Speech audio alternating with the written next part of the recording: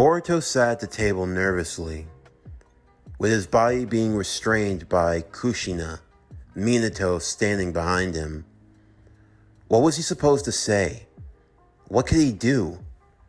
He wasn't supposed to get caught. It wasn't supposed to end like this. Yet at the same time, he saw the look and worry on his grandmother's face.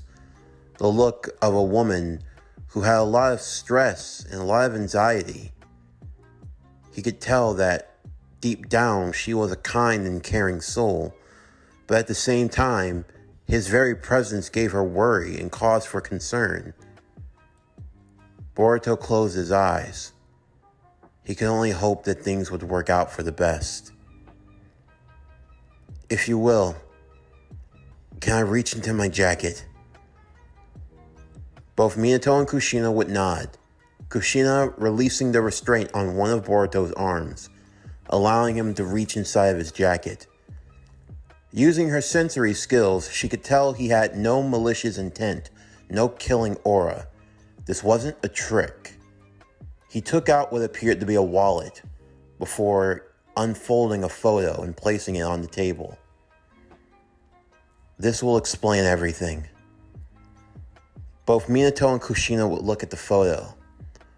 What they saw was a picture that could tell 1,000 tales without any words even being described. They saw an older man. He looked like Minato, except he had whiskers on his face and a shorter haircut. Standing beside him, a woman, a Hyuga from the eyes that they could tell. The young man before them with the two whiskers, and the young girl. She was adorable. They saw an elder Hyuga beside them as well, along with another younger Hyuga girl with long flowing hair. If I didn't know any better, that looks like Lord Hiyashi of the Hyuga clan, except older. Who are these people? Minato would ask. You wouldn't believe me if I told you. We'll give you a chance if you're being honest with us, Kushina would say. So please, tell us the truth. Boruto closed his eyes and took a deep breath. My name is Boruto Uzumaki. I'm your grandson. The revelation dawning on all of them as to what had just been said could not be lost in this moment. For Minato, his grandson was here? At the same time, it didn't make any sense, but the evidence, that tree, those holes, Rasengan. You hit that tree with a Rasengan, didn't you? Yeah. And you learned that jutsu. This older man here, it's my Naruto, Kushina would say. Kushina, how can you be... I can just tell. I don't know, but looking into his eyes, I know that's my son, Minato.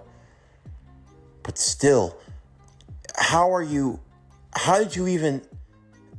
this even possible? Minato would say.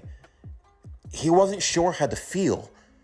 This was his grandson, his literal grandson, sitting at his table. His wife, his son that hadn't even been born yet. This didn't make any... I can't go into detail for obvious reason, but I'm from the future. Yeah, we kind of get that, Boruto, Minato would say. But why are you here? Especially at this time. I can't go into detail, all right? All I can say is that in a few days, on October 10th, Someone's going to come after you. Someone after the power of the Nine Tails. The Nine Tails? So you even know about that, Minato would say. But who could possibly come after the Nine Tails? And even more so, how dangerous do they have to be if you had to actually use time travel to come all the way back here to warn us? That's the thing. I didn't actually come back here to warn you. In fact, I wasn't trying to come back here at all. In my time, we were dealing with a threat, a dangerous one that seeks to destroy the world itself. He was attempting to go back in time because in my world, Dad's one of the strongest people to ever exist. It would have been nearly impossible to defeat him. So he came back to a time period where the Nine Tails would be at its weakest state. The Nine Tails Chinchuriki, to be more specific. He probably assumed he would go after to when Dad was a child, but I guess when he made his request, it sent him here. Well, to be more specific, it sent us here along with him, only we've managed to arrive a few days before he's set to. But he's going to make his attack on the night when Kushina is set to give birth. Kushina wasn't sure of what to think. Right now, she was being told of an imminent threat, one of which was going to be after her child. It's good that we know this ahead of time, Kushina. It means we can make countermeasures a lot more properly. What type of shinobi's coming after us, Boruto? What village is he from? He's technically not a ninja. He's not a ninja. Then what is he? Is he just some rogue shinobi from some unnamed nation? Please, anything you could tell us would be important. He's not human. Not human, Boruto? He's a being from another world. I know that sounds crazy, but he's from another world. Entirely different from Earth. Something far out. He had others with him, but Dad, Mom, and my master defeated him. However, he managed to survive, and he's coming. He's going to come after you the night you try to give birth. That's why we're here, to stop him from launching his attack. Boruto didn't go into any further detail. For one, he couldn't. Even he didn't know about the attack that Obito was going to be launching on the village. He had no knowledge of that, only that the Nine Tails would go on a rampage. For Boruto, he just always assumed that it was because of some freak accident. He had no idea that it was going to be caused on purpose. But even still, for Minato and Kushina to have this information, Minato would call for the Anbu, as he would request more assistance in the matter. Send Hiruzen Sarutobi at once. In the meantime, Sasuke found himself surrounded by members of the Uchiha police force, led by Fugaku Uchiha. Fugaku's Sharingan blazing as he warned the strange man to surrender. Sasuke looked around. He recognized all the faces. Some were even close family. It wasn't that Sasuke was worried about if he could win, it was just how badly did he want to hurt them. In an instant, Sasuke would throw down a smoke bomb, attempting to get away. The others would pursue him, Sasuke countering with ease using his Kenjutsu. He didn't bother wasting time with flashy ninjutsu or anything of that nature, nor did he bother to activate his own Sharingan, as he took down the assailants that came after him, one by one managing to incapacitate all of them, until finally Fugaku, who had been watching and observing, could only feel even more that the rumor was set to be true. Finally, there was only one that remained, Sasuke resheathing his sword. You made sure to use the blunt end of your blade, Fugaku would say. You must not be an enemy. Although, I've been confirming that for a while now. What do you mean? We had reports about two strange individuals that appeared in the village via the sensory unit. Lord Forth is confronting the young man now, but that just left you. I see. So our meeting at the bar wasn't a coincidence? No, it wasn't. But there was something even more disturbing. I recently had my second child, you know. His chakra was registered into the Konoha system. But the darndest thing happened. And what's that? I think you know. Now, I know that my wife had some strenuous moments during her birth, but I can say for certainty she was pregnant with only one child at the time. So, there are two possibilities, potentially three, or who knows how many else. But unless my wife didn't give birth to twins, and one of them just happened to grow into a full man in the span of a few months, then it means I have two Sasukes in the village right now. My young child who's at home, and the elder one that stands before me. I've seen by the way you fight. You know the ways of the Uchiha, way more than anyone is supposed to. The way you engage with my subordinates, as if going out of your way not to cause any harm to them, as if you wouldn't want to. You wouldn't hurt your family, now would you, Sasuke? I don't know what you're talking about, but I can assure you, I am not who you think I am. Is that right? Fugaku raised himself as he tugged on his own sword. Then, show me who you really are. Sasuke would engage with his father, something that he did not expect to happen at all. Of all the things that could have ever taken place, he never thought that he'd be in a one-on-one with Fugaku Uchiha. Even still, Sasuke could tell that his father was beyond all things that could have ever been described to him, more than just the stories from his older brother, more than from the text that he read about his father's escapades. This was one of the heroes of the Third Great Ninja War, Wicked Eye Fugaku Uchiha, the head of the Uchiha clan. He lived up to his name in full, managing to match Sasuke for a good amount. I see. So this is how strong my son has become. So powerful that he does not even feel the need to activate his Sharingan before his father. Sasuke would back away, creating space as he stood on the defensive. You've just been blocking me this whole time. Why is that? Can you not find it in your heart to fight against your old man? You keep assuming these things about me. Even if they were true, what would it change here and now? It would change nothing. I don't know what's going on. I don't know if this is a trick or if it's a divine fate. But it wouldn't matter. As a father, I've sworn to protect my family and my sons no matter what.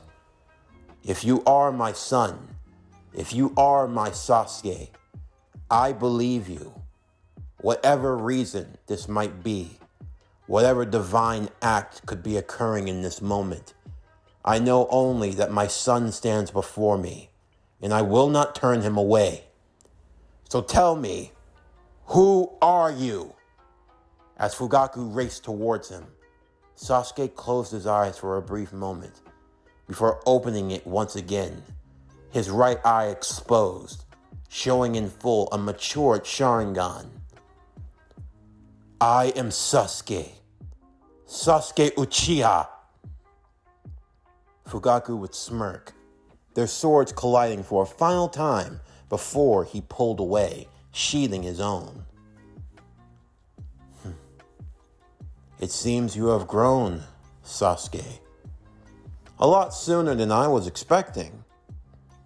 So do tell, what could you possibly be doing here? In the meanwhile, Boruto was now meeting with the third Hokage, and standing next to him, a young man in an Anbu mask, although Boruto knew who that was just by the hair. What is the meaning of this, Minato? We have some information that we feel you need to know. Boruto would go through the pains of retelling everything he had just said. He knew everything, even down to who was behind that mask. You know me? The young man would say. Yeah. You're like family to me. Even though Kakashi hadn't taken off his mask, his heart was racing at almost 1,000 miles a second.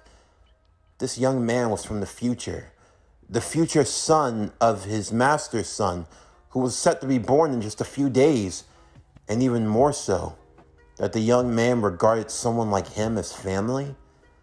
Just what type of life had he lived?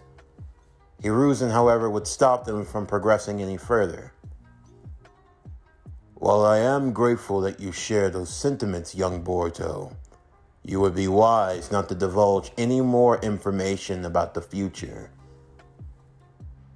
It was then that Kushina would bring up something. There was this old movie, right? You remember, Minato, the one you took me out on a date to see? Huh? You know, our fourth date, remember? Minato would blush a little bit. The fourth date, a lot of stuff happened on the fourth date. The fourth date is kind of what led to the marriage, but we won't go there. Anywho, we watched that movie, you know, the time travel one with the old man scientist and his nephew. You mean the guy that was drunk and slurred his speech all the time? Yeah, that one. So anyway, they did this thing where they time traveled, right? And they went back in time. Well, when he did so, the young man had a photo of his parents. And when he changed the future, the photo would change. I was wondering if that could be like this. But yet, despite everything we've learned, nothing in this photo has changed even once. I get what you're implying, Hiruzen would say to Kushina. You're implying that nothing this young man says will be able to change the timeline that he comes from.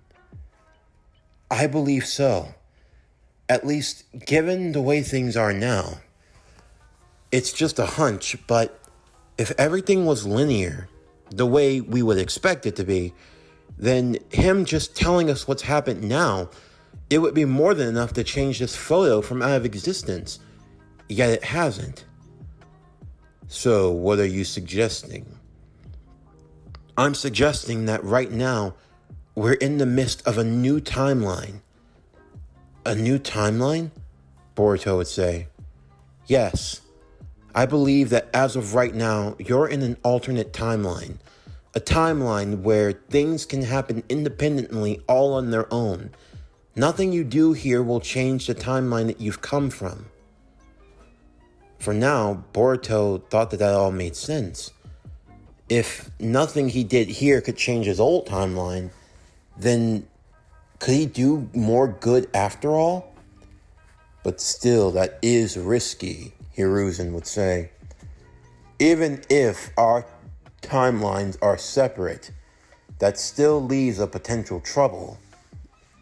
We have no way of knowing if us being given this information earlier will somehow change the future for the better or for the worse.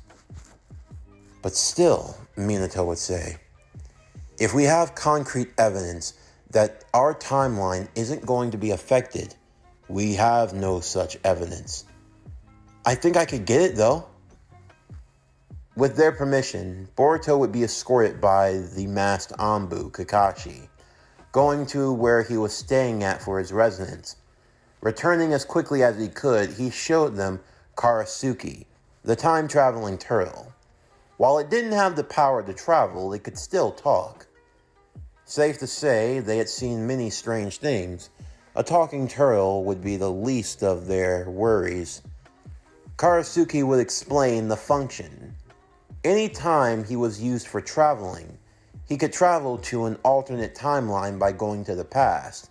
However, he could focus and move throughout the different timelines.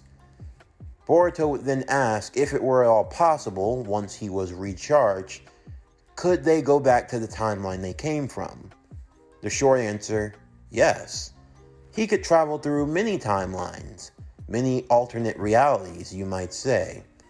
However, it was unwise to create too many of them.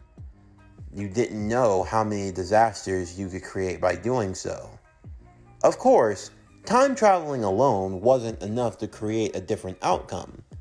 If Boruto and Sasuke had simply gone to the past, never spoken to anyone, and then gone back to the future, nothing in this timeline would change. However, because Boruto has interacted with Minato and Kushina and everyone else here, the timeline has now been changed to a point where things may never go back to being how they used to be. However, that's still undecided. They now had confirmation that nothing that they did here could affect their future. However, there were still so many things they didn't know. Could they really use this boy's information? How much of it was safe to use? What if they learned too much and they tried to overcorrect? If they did that, then what if things only turned out for the worst? All the same, they had to take their chances. Minato didn't want Kushina to get hurt, or his son. And honestly, they were grateful that they had even gotten the chance to meet their grandson. With that, Boruto would now start to explain things more clearly, with some bit of relief. He made sure to keep out any details he felt might be too much for them to handle all at once. For example, the third Hokage would ask, how long did he live in the future? Boruto would explain that he lived to around the time that his father was 12 to 13 years old. Unfortunately, he died in battle when Konoha was attacked once again. Of course, for safety reasons, Boruto didn't mention who caused the attack, although that was still public knowledge. The person in question hadn't done anything in the current state, so there was no reason to call it out now.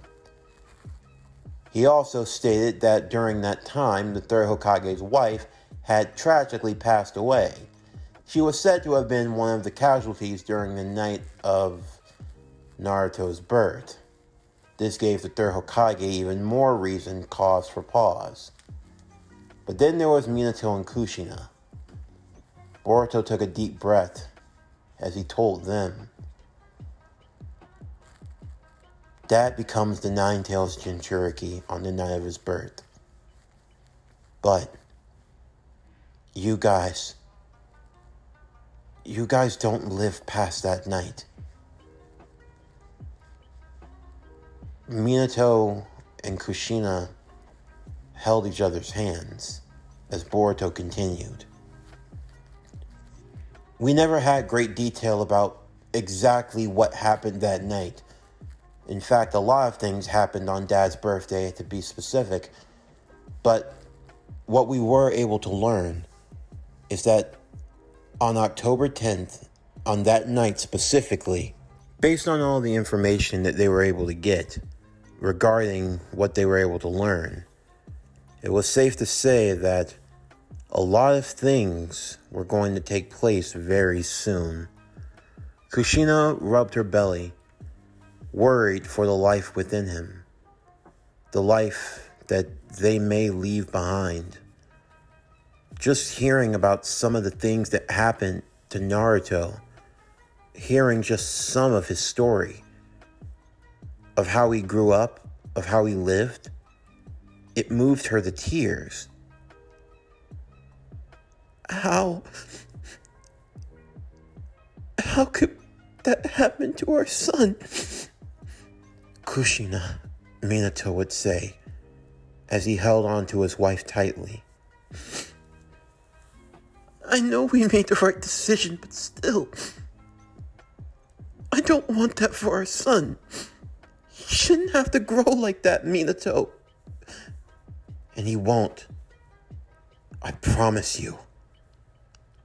Lord Third, can we get things changed?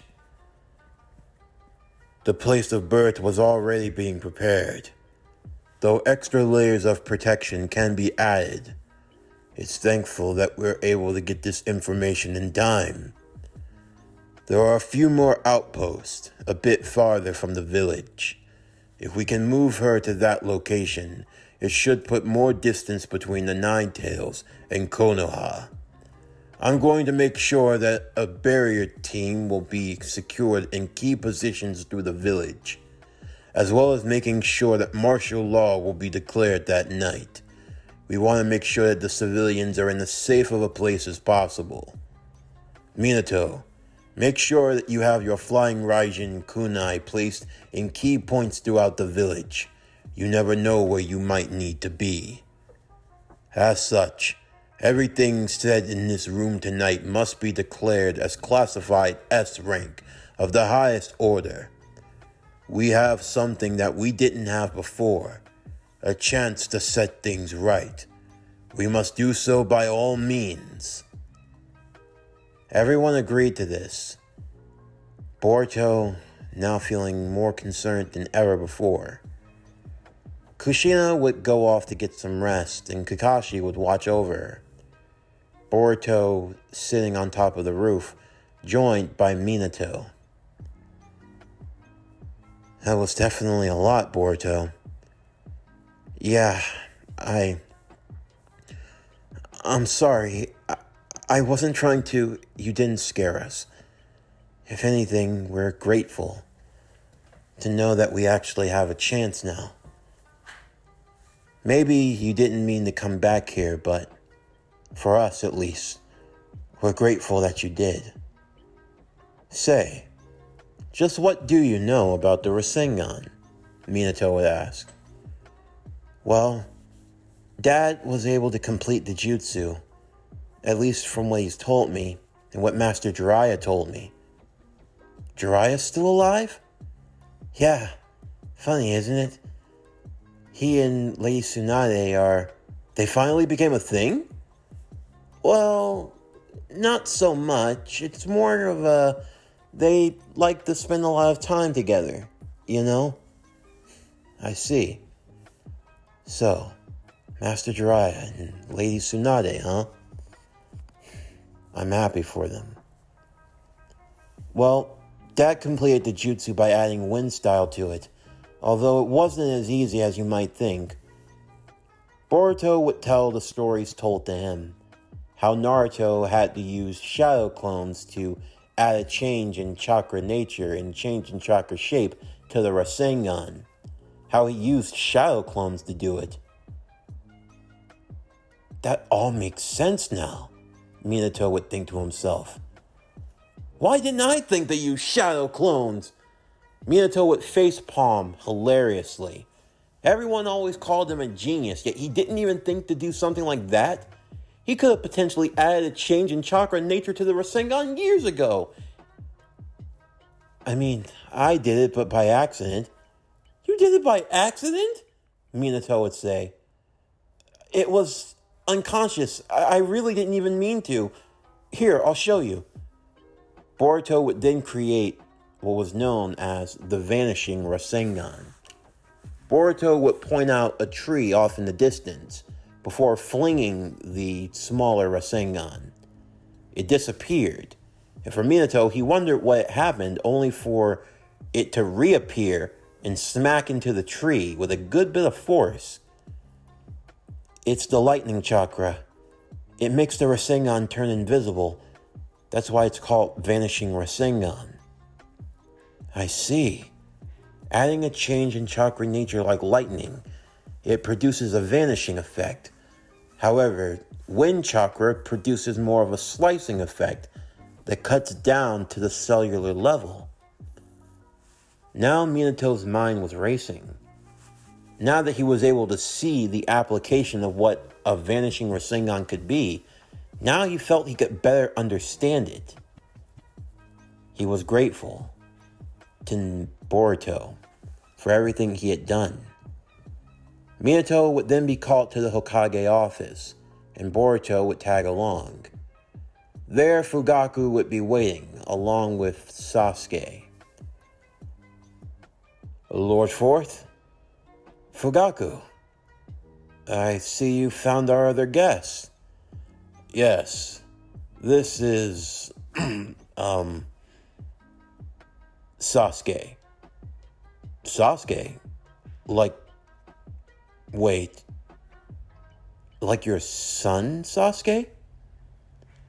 Yes, this is my son, Sasuke Uchiha. And him? This is my grandson, Boruto Uzumaki. It seems we weren't able to keep a low profile, were we? Sasuke said to Boruto. Yeah, it seems not. The conversation that night would be long and arduous. With all the information they had managed to learn, it was now being more made clear of everything that they needed to know. Of course, Sasuke would have preferred that they had managed to keep things secret, but now that the proverbial cat was out of the bag, there was no point in delaying the inevitable. All the same, what mattered now was making the proper preparations, knowing what was to come. Of course, that meant that Sasuke would have to play more of a role, being more hands-on than even he originally expected to be. All the same, though, if it meant that they were going to stop Urashiki, then that was the most important thing. It would soon be October 9th, the day before the expected arrival. Sasuke would be doing patrols throughout the village. Along with his father, an awkward pairing to say the least, the higher-ups of the Leaf would now be on even more alert than they were before. For the people in the village, they felt a tension in the air, if you will, as if they didn't know quite yet, but that something was coming. Something that they couldn't really deny. Something that couldn't really be explained. They knew for a fact that whatever came next, it was going to be groundbreaking. They could tell by the added Jonin patrols, the police patrols. It seemed like the shinobi of the Hidden Leaf were on edge. Of course, it wasn't because they were made aware of all the information. No, only the small few that knew and needed to know actually knew what was going on. But all the other shinobi were just told to stay on guard at all times. The sensory unit of the Hidden Leaf, they were now working around the clock. The second any foreign chakra was detected in the village, they'd know about it. Of course, Sasuke still hadn't told them the full truth. While they were all preparing for the likes of Urashiki, Sasuke was keeping his eye out for someone else. Someone else that he knew was going to be making a move on the village. But how was the best way to confront him? What could he possibly do in that regard? What was the best way to deal with Obito? The sensory unit wouldn't be able to pick up his chakra, and even more so, he was the catalyst for the Akatsuki, the catalyst for the Uchiha massacre. Of course, this was all done via Madara. Sasuke knew that he had the power. He could easily go and dispatch of things before they even got started, but still, he couldn't do that now. He was still concentrating all of his energies in preparation for the fight. He'd have his hands full with Urashiki. In the end, he'd have to leave Obito to Minato and the Leaf. With the added protections that they had now, stopping him shouldn't be that hard. All they had to do was make sure that Urashiki didn't get out of line. They would stop him off here and now. And whatever else happened after that, that was simply going to be what it was.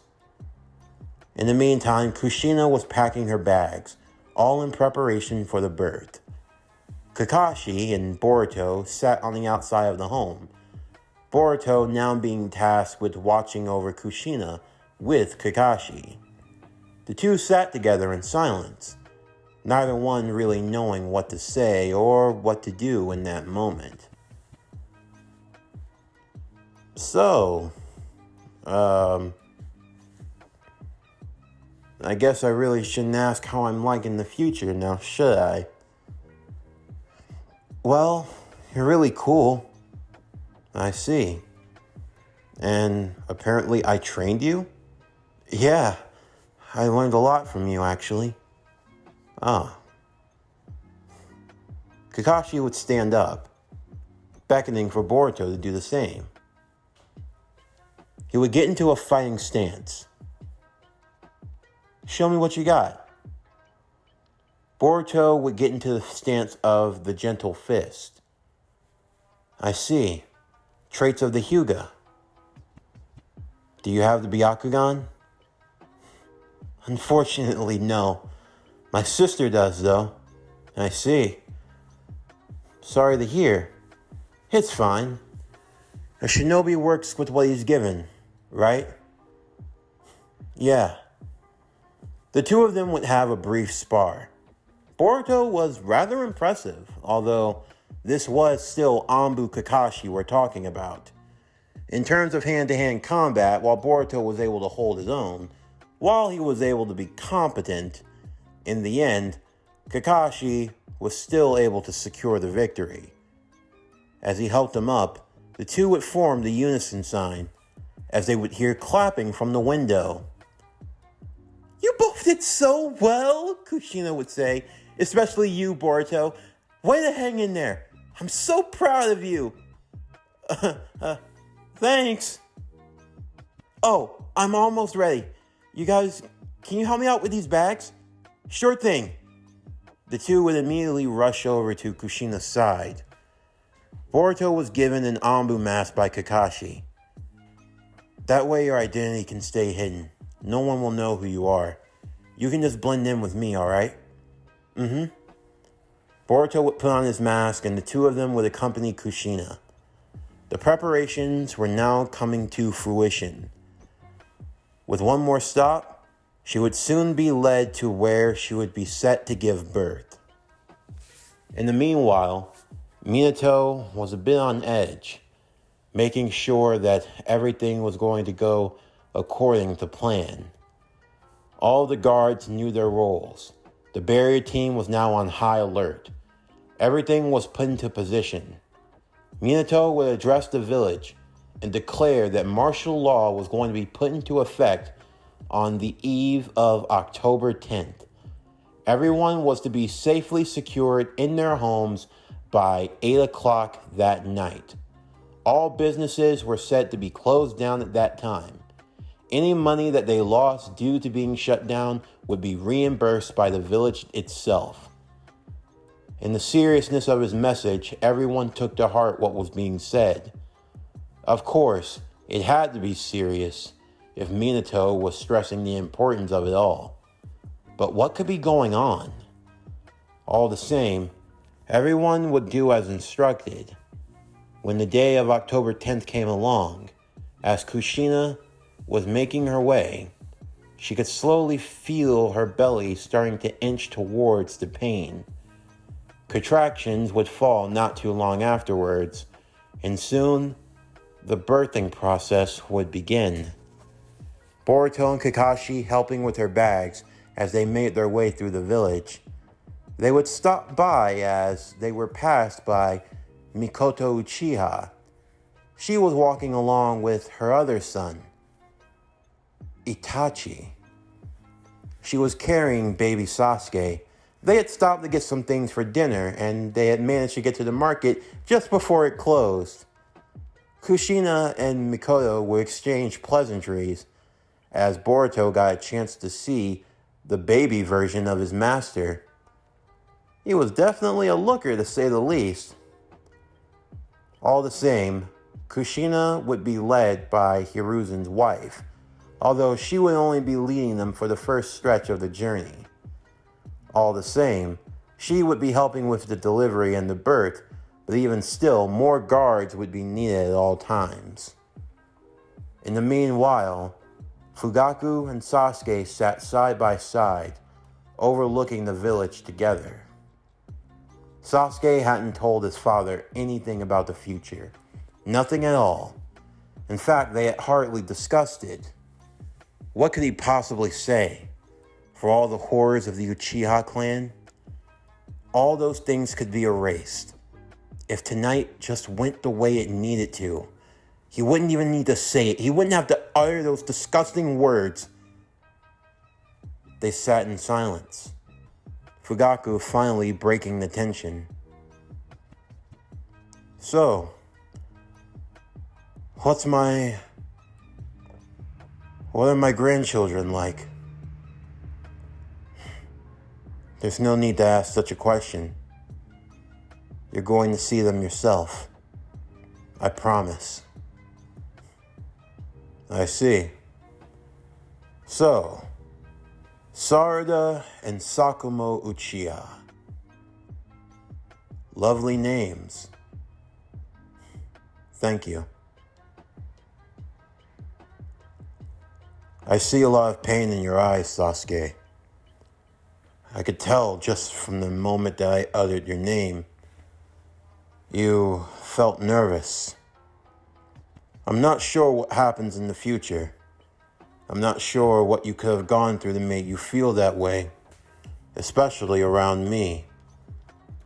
If I failed you in any way, I don't even say that. Sasuke looked to Fugaku. You didn't fail me. You and Mom, you never once failed either one of us. I couldn't be prouder to be your son, and I couldn't be prouder to be a part of this family.